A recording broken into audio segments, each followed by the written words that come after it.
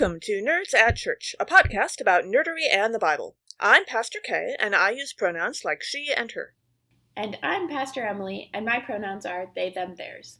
In this episode, we'll discuss the second Sunday after Epiphany, also known as Lectionary 2, which this year falls on the 17th of January. A brief content notification for this episode. In both the deep dive and the discussion on the second reading, we talk about bodies and sex work and the biblical word fornication.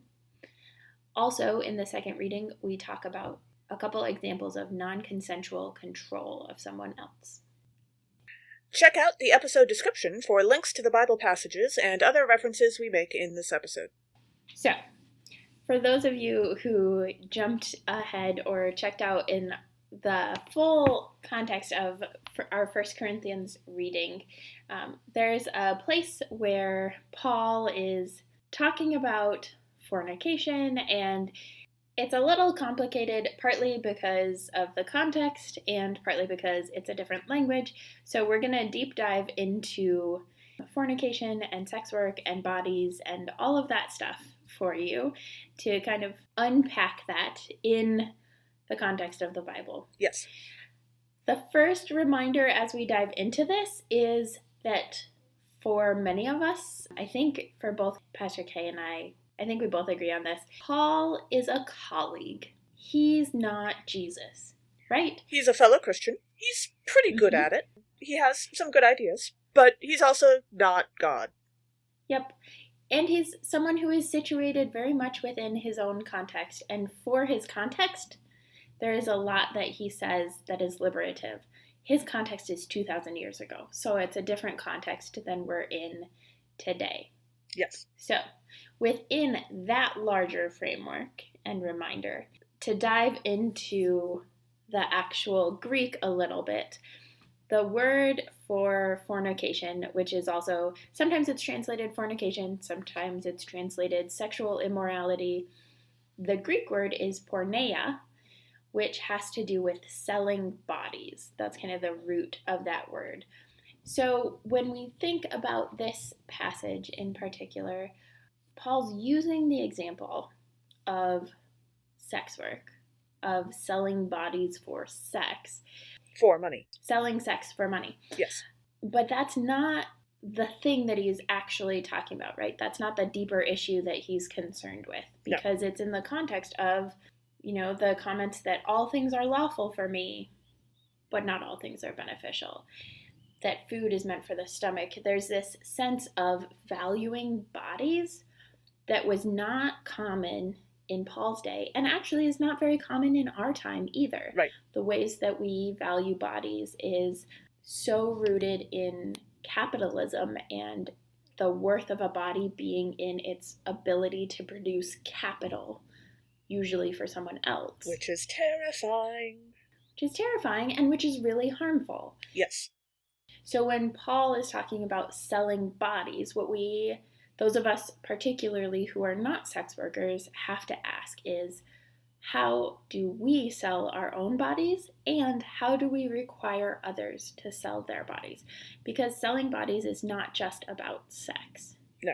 So I think particularly as someone who currently lives in Iowa in a pandemic, one of the things that came out this year was the way that meatpacking plants have forced their workers, not necessarily the administration, right? But the administration of the plants. Yes. Not necessarily the administration of the plants, yeah. But right. The on-the-ground workers, the ones who are making the closest, maybe minimum wage, maybe a little bit more than minimum wage, but are the lowest paid employees. And the least powerful. And their bodies were intentionally put on the line. Their bodies were sold to the pandemic so that people could continue to eat meat. And were treated with contempt. They were treated with contempt. Literally, there were managers betting on how many people would get COVID. Yeah. It's part of a larger system, right? So the managers that were betting got fired. The ones we know about. which actually is a little bit of scapegoating because it's a bigger system that was at play. Right. There wasn't PPE provided. Right now, the vaccinations in Iowa are going to healthcare workers, which is really important, and I am one of the ones who benefits from that. But it's not going to meatpacking plant workers. It's not going to fast food industry workers. It's not going to a lot of the low-wage earners who are making money. And so this is... And I believe there's currently a conversation going on about who gets it next, and a lot of people are saying essential workers. But I bet that there's going to be some disagreements about who exactly that is. Mm-hmm. Yeah, teachers are in line for it in Iowa before grocery fast store food clerks. workers or grocery store clerks or any of that. Yeah. So when we think about what it looks like to sell your own body or to force somebody else to sell their body, we as a culture are forcing meatpacking workers to sell their body for our sake. Yeah. Right? I work part-time as a hospital chaplain, so I spend a 14-hour shift that's an overnight shift sleeping on a really uncomfortable bed, getting a terrible night's sleep. That is a part of selling my body. Yes. For a good reason, but it is also selling my body. So when we think about selling bodies, I think it's so easy for us to just look at sexual slavery and then broaden that to all sex work. Or human trafficking. And broaden it to all, but we connect it to sex work. Right. But there is so much human trafficking that happens for sweatshops, for other labor situations, and there's sex work that happens that is not forced, it's not coercive. Sure. And so what Paul is really getting at is more about honoring ourselves and our bodies. I would also say that if you want a really interesting take on this concept, talk to a disabled person, if they're up for that conversation, because the conversation around disability and the inherent worth of a person and their contribution to the capitalist scheme can be very eye-opening for those of us who are used to being able-bodied. Yes. Also, disclaimer, don't just go up to random disabled people and ask them to do emotional labor for you. That's not cool. Not what we meant. Yeah. Also, you can follow lots of really great people who are doing this work on Twitter. Mm-hmm. And usually they have a Patreon. And sometimes YouTube. Yeah. So if you're interested, let us know and we will connect you to the folks that we follow and listen to and learn from. Sure. We are always glad to do that when it comes to ability and ableism and disability. Yes. And also when it comes to racism and queerness and classism. Other axes of oppression. Lots of great people that we follow. So we're happy to share that. Let us know. The other piece that I just want to highlight a little bit is, and this connects again with the COVID meatpacking, right, is we have called frontline workers, we have called essential workers heroes. And part of what we've done in calling them heroes is make their deaths acceptable to us, right? So One of the pushes that we had earlier on in the pandemic was the hashtag essential, not expendable. Yes. Essential workers are not there to be sacrificed on, right? We're not sacrificing them on the altars of capitalism, but that is in fact what we have been doing. And so how do we shift that to make sure that they get the protections that they need, that their bodies and their livelihoods and their lives are honored as holy? Because once we call someone a hero, we, A, expect that they might die in the process, because that's what heroes do, and mm-hmm. B, don't expect them to want to be properly paid for their work, because why would a hero want to do that? Mm-hmm. And the reality is we should be paying anyone who is working front lines, or at all, a living wage. We should be paying everyone a living wage, but particularly we should be paying hazard pay for everyone who works in a hospital, especially the environmental services people, the people that clean up the hospital, especially fast food and restaurant workers, especially meatpacking plant workers, especially those who are grocery cashiers, who are running buses and transportation. Those are the people that deserve to be first or second in line for vaccines, to be paid a living wage, to get the raises, not, the $200,000+ that we pay senators every year. Yeah. So honor your body, but also honor other people's body and the holiness of them. And capitalism is not actually the way to do that. No. Or indeed, Christian much. Yeah. Capitalism, not actually Christian.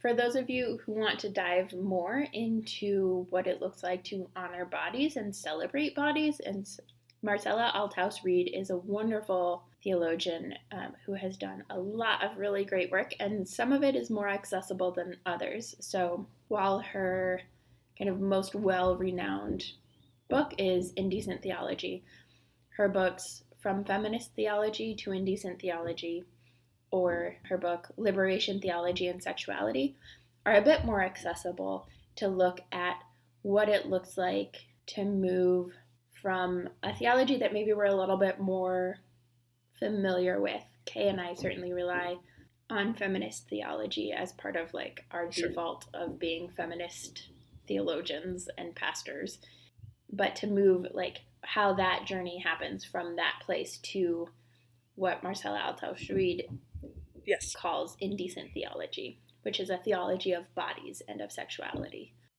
And there is also a growing school of disability theology in Christian thought that is becoming really interesting. Well, always has been really interesting, yeah.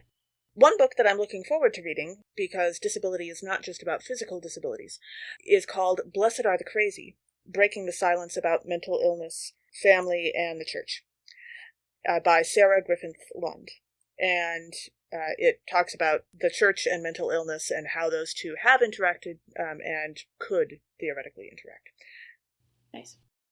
Our first reading today is from 1 Samuel chapter 3, verses 1 through 10, possibly also including verses 11 through 20, which are included in the Bible passage link for this episode. God calls young Samuel, who is confused and believes Eli is calling him.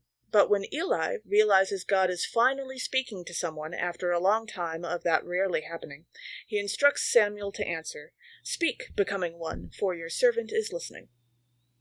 So one of the themes for this passage is disembodied voices. I know. Not always creepy, but sometimes. This reminded me of Frozen 2, where Elsa hears this melody that happens. It sounds like a voice, kind of. She can repeat it in her voice, but there's this melody that keeps calling to her and she can't figure out what is going on. And part of, well, like the majority of the story is figuring out what exactly this melody is calling, what it is and what it's calling her to. Sure. And so thinking about Samuel also like hearing Samuel, and being like, what's going on? This must be Eli. No, it's not Eli. But it's Eli. But it's not. But it is. But it's not. Oh, hey, God. I bet Samuel didn't think that his life in the temple would be easy, but he may not have expected this many wind sprints. So. Right, in the middle of the night. Yeah. Especially. Yeah. As we dive into verse 1, we hear about now the boy Samuel was ministering to God under Eli and thinking about like the apprenticeship. So Samuel was particularly dedicated by his mother Hannah to God and to service in the temple. But I love that there's this like apprenticeship model that there's still a couple places where we get that in our culture today, but there's so much less apprenticeship model because we've like institutionalized higher education and those sorts of things to do it instead. But one of the book series that I'm about to reread, if I ever finish the book that I'm actually on, is the Ember in the Ashes series, with the 4th book of Ember in the Ashes came out in December, and we're recording this just before Christmas, but I'm fairly confident I will get the 4th book for Christmas. And in the first book... Which is by who? The book? Saba Tahir. It's fantastic. You should all read it. So one of the things that comes out in the first book, and to a certain extent the second and third, Laya, one of the main characters, her brother Darren, they're both scholars, which is like kind of a category group. Okay.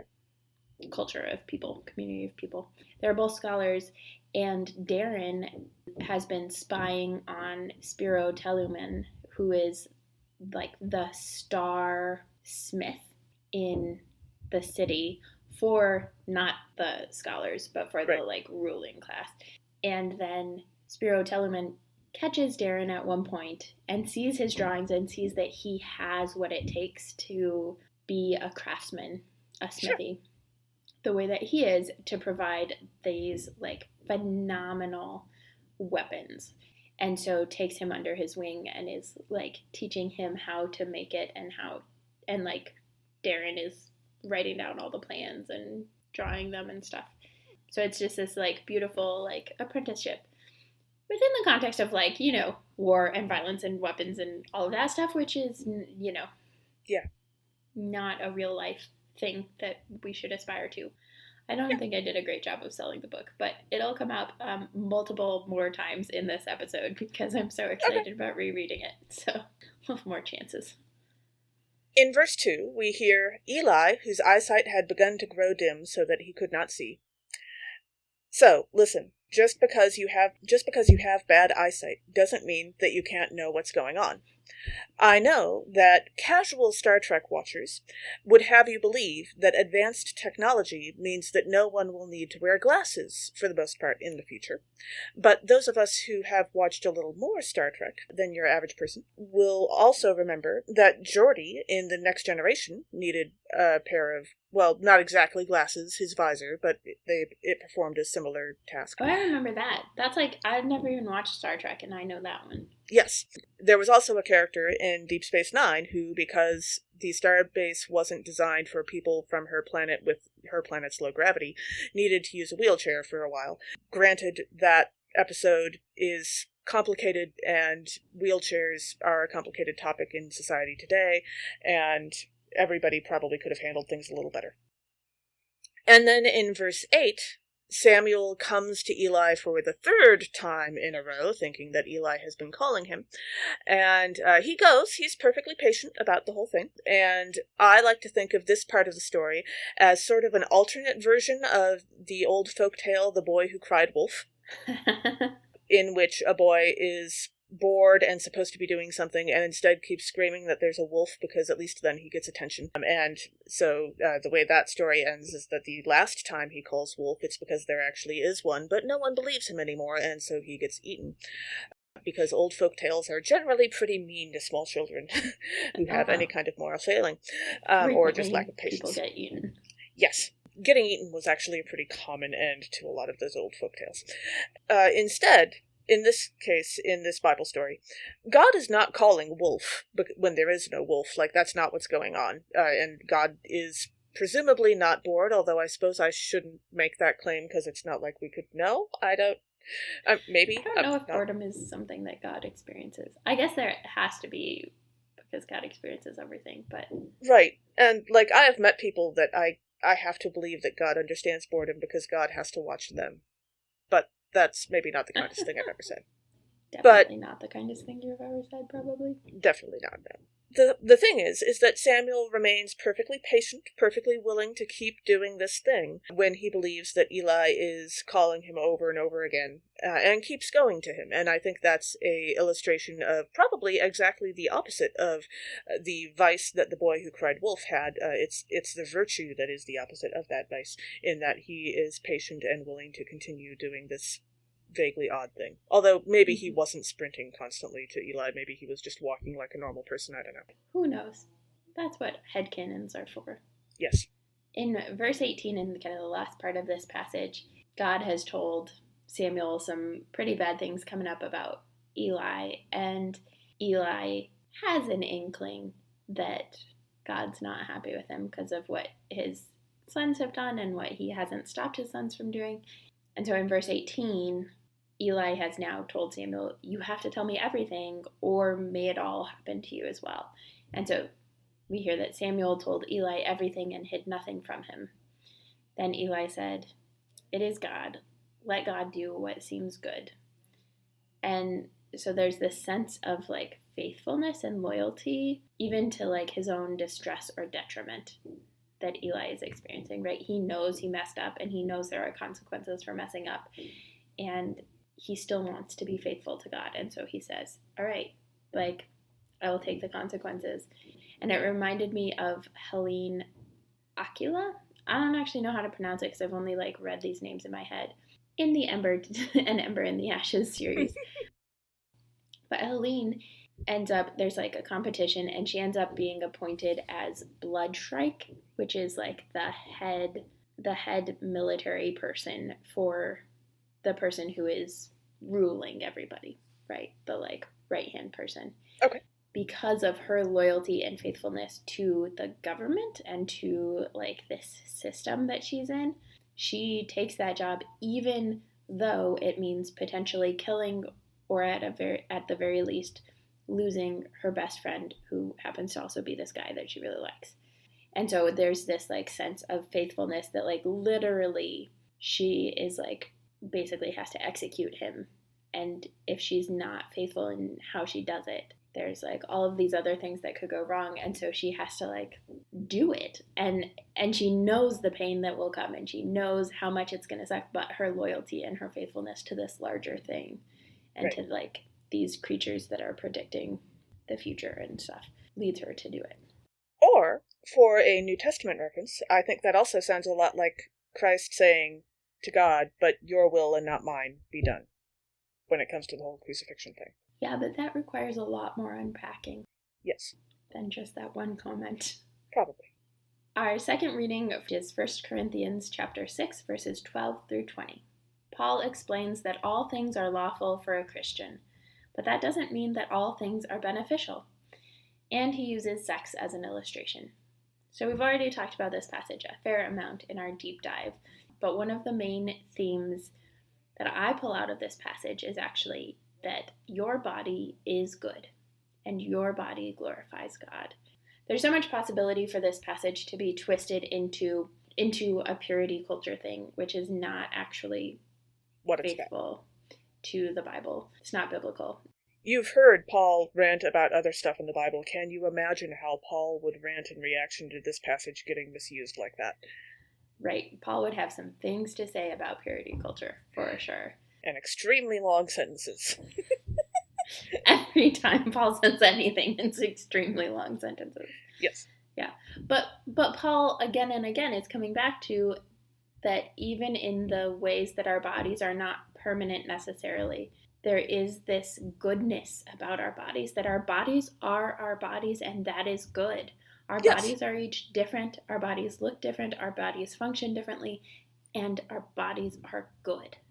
And that is part of how we glorify God. And that's still true even if our bodies don't function the way we would like them to. Like, for example, I am lactose intolerant. I miss real ice cream from the days when I didn't know it was real ice cream that was doing the horrible things to me. But, also, my body is still good. Mm-hmm. Yeah. It doesn't take away the, like, annoyances or frustrations we might have with our bodies, but it sometimes is important. Are much more serious than lactose intolerance. But yes. Yep. But it is important for us to name that your body is good, that the ways that you live your life and the ways that you co-create with God, how your body is. Yeah. That's evidence of your goodness, and you're reflecting God's image, bearing God's image. Part of that is in your body. Yes. When we reach verse 12, we hear Paul say, all things are lawful for me, but not all things are beneficial. All things are lawful for me, but I will not be dominated by anything. He's referencing the fact that the way that we prioritize our lives can affect our faith or our lives, surprisingly enough. Paul, in particular, seems really interested in the bodily or physical urges that we all have. In the following verse, Paul uses food as an example. We enjoy food, but it's not something that matters on the cosmic, eternal scale of God, you might say. The Great British Bake Off is a lot of fun, but cosmically speaking, whether or not your tiramisu turns out properly is not something that God is terribly concerned with, unless God is just as obsessed with the Great British Bake Off as some of the rest of us. What? God is definitely as obsessed with the Great British Bake Off as I am. I don't know what you're talking about. But does God prefer the old version or the new version? Well, God definitely prefers the Mary Berry version. Because that is what I prefer. And God is clearly made in my image, obviously. Because that's the direction that works. Sarcasm. After that verse, Paul uses sex as an example for many, many, many more verses. And there are countless fictional examples of people's bodily urges, you might say, getting in the way of those same people doing their jobs, doing what's right, honoring their relationships, doing lots of other things, etc. Since I am demisexual, these kind of stories often have me yelling at the screen or the page quite a lot at some length with enthusiasm. Especially when fiction uses sexual urges to completely overcome a character. Two examples that immediately spring to mind are the Hathor episode of Stargate or the Lorelei episode of Agents of S.H.I.E.L.D., which does seem weirdly, oddly similar to the episode of Stargate. Not that you're bitter about that at all. No, of course not. Both of which have a character with unusual, magical, supernatural powers of some sort. Use their powers to control the hormones and therefore control the actions and choices of other people, mostly men. I went a very different route, probably because I was doing the deep dive and so had all of that stuff up in the deep dive area. But I was thinking about the all things are lawful, but not all things are beneficial, but I will not be dominated by anything. It reminded me of the Hunger Games prequel about the Ballad of Songbirds and Snakes, which is President Snow's kind of younger years prequel thing. And as he's trying to be a mentor-ish for some of the early Hunger Games, there's this sense that like the Hunger Games don't have rules, right? Anything goes in the Hunger Games. But at the same time, there are some things that are not okay. And so he is like weaving that line of, this is technically not against the law, but I know I probably shouldn't do it, and how to navigate that, and which is kind of the opposite of what Paul is saying, right? Paul is saying, just because you can doesn't mean you should. I feel like Paul would probably also say, murder is bad, don't murder people. Right. Again, with that reminder. Yes, it's true. The Hunger Games as a whole, like, encouraging murder, not great. Yes. In verse 19, we then hear, do you not know that your body is a temple of the Holy Spirit within you? And in another one of those fan fiction impacts your life and will not shut up even when you're talking about more serious ideas moments, which I seem to have a lot, there is a Marvel Cinematic Universe fanfic, which I hopefully will be able to find a link to, although which might not be rated G, where Darcy Lewis becomes a S.H.I.E.L.D. agent, and at one point she has a conversation with a fellow agent about the whole body is a temple idea, and she points out that there are many different kinds of temples, and one person might think of their body as one kind of temple, and another person might think of their body as a very different kind of temple, and that will impact how they treat their bodies. Like, some people see their body as a very harsh, very strict, very human sacrifices happen on the top floor regularly kind of temple. And she prefers to see her body as more of a lush Bollywood kind of place with lots of dance numbers. This reminds me of how what you understand to treat your body as a temple means for you can be very different. Some people say that that means that you should constantly do very hard workouts and keep your body in the best physical peak condition, even if that means being kind of mean to your body.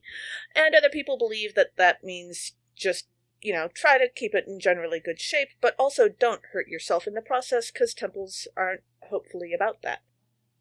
Which is really more my situation. Respect your body and listen to what your body's needs are.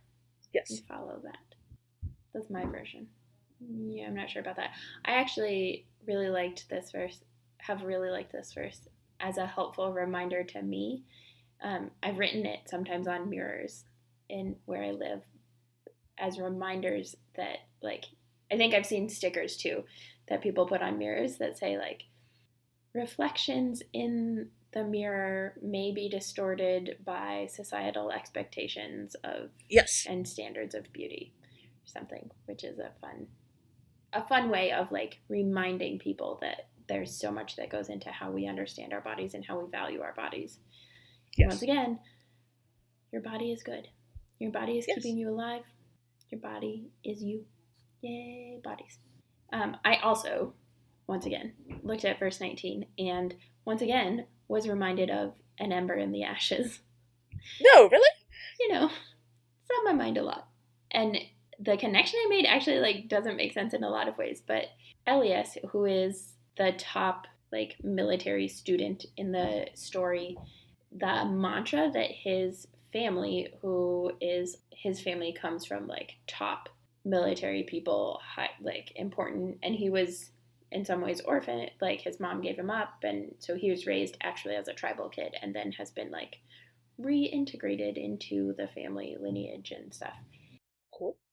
So his like family line, the mantra and meditation for them is, the field of battle is my temple, the sword point is my priest, the dance of death is my prayer, the killing blow is my release. And it's really interesting the ways that as he struggles with all of the death and the destruction and the military stuff in his family and in his school, this still is the mantra that he comes back to that centers and grounds him. Yes. I much prefer my body as a temple of the Holy Spirit within me, which I have from God, to the field of battle is my temple. But, you know, to each their own. Please don't kill people. Murder bad. Murder bad. Our gospel reading for this episode is from John chapter 1, verses 43 through 51. Jesus invites Philip to join him, who invites Nathanael, who is won over after he asks whether anything good can come out of Nazareth.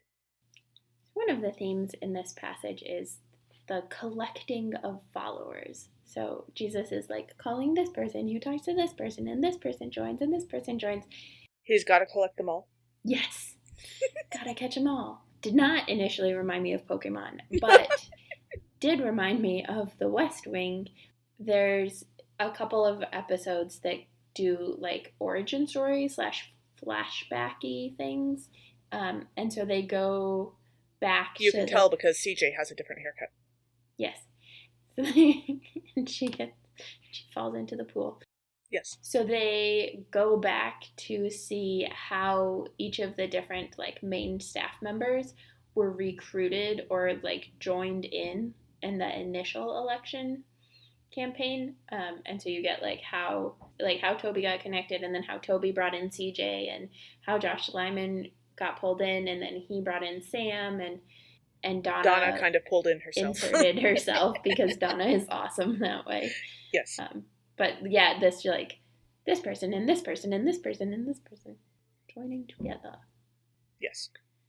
Then as the passage begins, we hear that Jesus found Philip specifically and said to him, "Follow me." And then Philip was from Bethsaida, the city of Andrew and Peter. And so it's this connector piece also of like in Lord of the Rings, for the Fellowship of the Rings and how that all comes together. Merry and Pippin end up part of the initial adventure and then part of the Fellowship, really because they're also from the Shire, where Frodo and Samwise are from. And so they tag along, right. And then they just keep tagging along. But it's this beautiful, like, follow me, and I guess you too can come too, kind of thing. And then in verse 46, when we hear Nathanael sarcastic, I assume it's sarcasm, I don't know, dismissively asks, so Nathanael dismissively asks, can anything good come out of Nazareth? And that, I feel like there's an almost word for word quote. I don't think there is, but that is definitely the sense that we get in the beginning of the Hunger Games books about District 12, where it's like, can anything good come out of District 12? They've had one victor in the entire history of the Hunger Games. Yeah. In verse 47, when we hear, when Jesus saw Nathanael coming toward him, he said of him, "Here is truly an Israelite in whom there is no deceit." I don't know if I'm supposed to be doing this, but I am now immediately characterizing Nathanael here as being like Drax from Guardians of the Galaxy, who not only isn't deceitful, but really can only deal in the full truth without any tact whatsoever. That is, I think, what you are supposed to be doing. I now want to go through and reread the Gospel of John and see how Nathanael is characterized. Right, where else does Nathanael come up for that? Yeah. Also, I would like to point out that the spelling of Nathanael in the Gospel of John is a little unusual compared to how I'm used to seeing the name Nathaniel spelled in more modern times. It's more like Michael. The A-E-L ending instead of the I-E-L ending. Mm-hmm. So I always trip over that. So if you trip over that, you're at least as normal as I am, which it doesn't really say a lot, but... Or bodes really well, because who wants to be normal anyway? Exactly. And then finally, in verse 49, in this verse, Nathaniel gets super enthusiastic almost immediately with very little prompting, which reminds me of an episode of a Canadian TV show called Little Mosque on the Prairie, which is a lot of fun, and you used to be able to find it on YouTube, but I think they started streaming it somewhere, so they took it off YouTube. But go looking for it by all means. It is exactly what it sounds like. It's the story of a little mosque in a prairie town. There is an episode of that show where the mosque has a new convert come join them, and he is extremely fervent, and then as the episode goes on, you find out that this guy is not a bad person, but he is also known to several other religious communities in the area who have met him in a very similar way fairly recently. He's a little fickle. He wanders from place to place and comes to a new belief system and gets really excited about it for a little while, and then eventually wanders off and goes somewhere else. So I've encountered those sorts of people. Yeah. Not necessarily bad people, just like that is a characteristic, I suppose. So yeah. Thanks for joining us. Catch us next time when we'll discuss nerdery connections to the scripture readings for the third Sunday after Epiphany, also known as Lectionary 3, with our special guest, Ms. River Needham, M.A. This podcast has been produced by us, Emily Ewing and Kay Rohloff. For more fun, check us out on Twitter and Facebook at NerdsAtChurch, NerdsAtChurch, or contact us at NerdsAtChurch@gmail.com. Also, if you like what you've heard, rate us or leave us a review on Apple Podcasts, Facebook, or wherever you catch your podcasts. If you appreciate what we do, or want to get actual transcripts of the podcast episodes, consider supporting us on Patreon at patreon.com/NerdsAtChurch. We hope Patreon can help us get our episodes transcribed for those who need or prefer that, though if you want to help us with transcripts, let us know via email or social media. As the ancient Christians said, Pax vobiscum.